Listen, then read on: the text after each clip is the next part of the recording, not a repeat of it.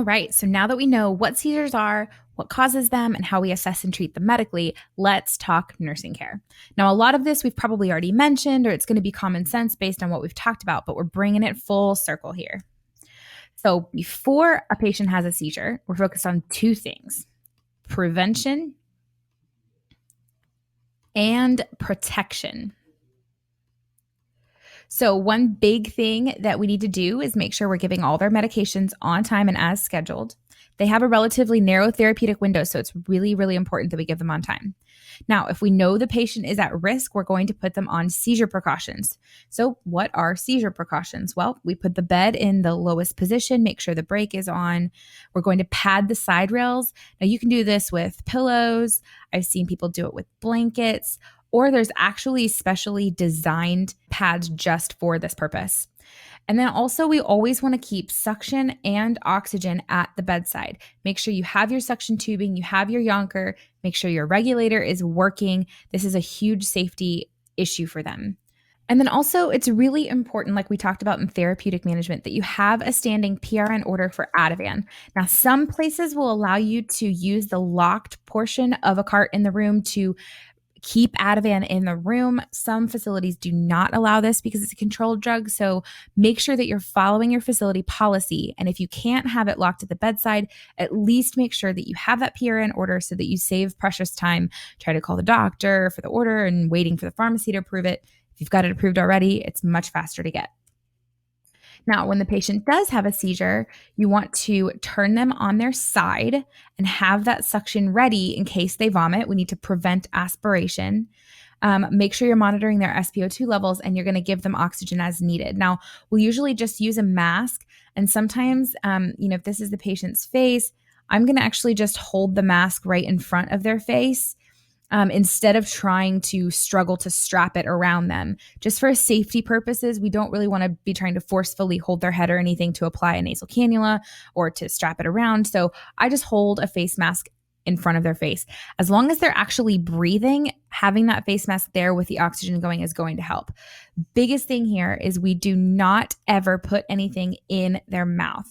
In the old days, they used to try to put a bite block in to prevent patients from biting their tongues, but now it just shows it honestly just does more harm than good. So when we're confident that they have a patent airway, and we want to also protect them from injury, we want to put the bed in that low position, put the brake on, pad those side rails if they're not padded already. Now, if a patient has a seizure suddenly, you're not going to go find those pre-made pads. You're not going to take time to tape blankets around the side rails. But what you can do is grab a couple extra pillows, shove them next to the side rail, and keep your patient protected from injury.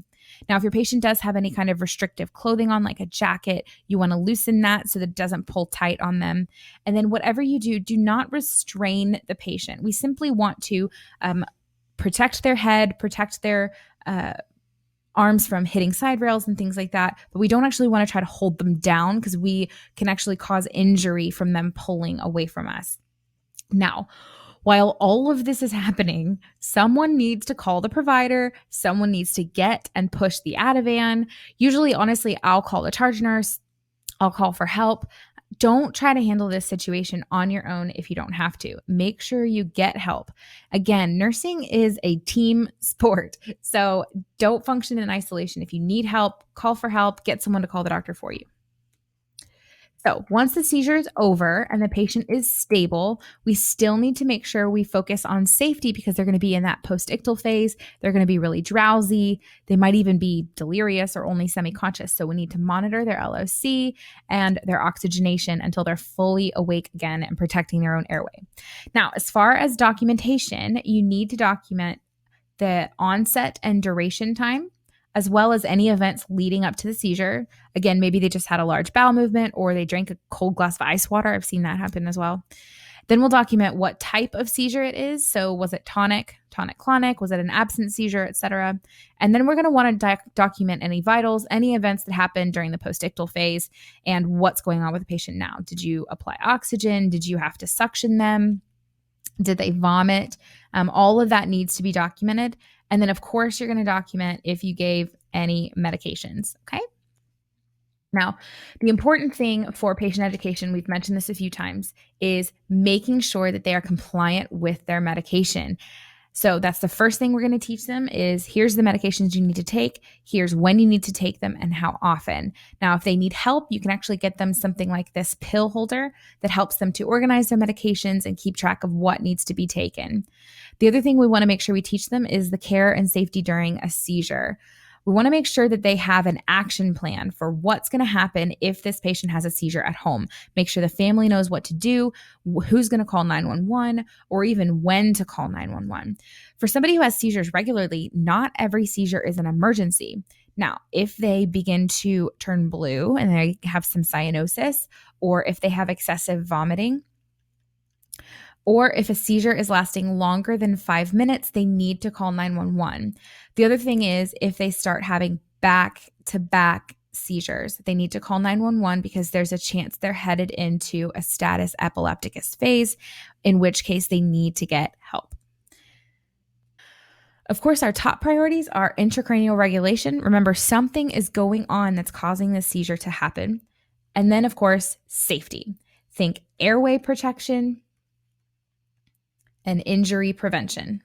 Protection and prevention. So again, before a seizure, we're focused on prevention and protection. During a seizure, we're worried about airway protection and injury prevention. Again, prevention, protection, prevention. Got it? You're not gonna forget this. After, we're gonna worry about safety and we're gonna document what just happened. For patient education, the top priorities are medication compliance and making sure that they have a seizure action plan and know what to do if they have a seizure at home. That wraps it up for seizures. We hope you guys feel comfortable and ready when you have a patient who has a seizure. Make sure you check out the care plan and the case study attached to this lesson to learn more. Let us know if you have any questions. Now go out and be your absolute best selves today. And as always, happy nursing.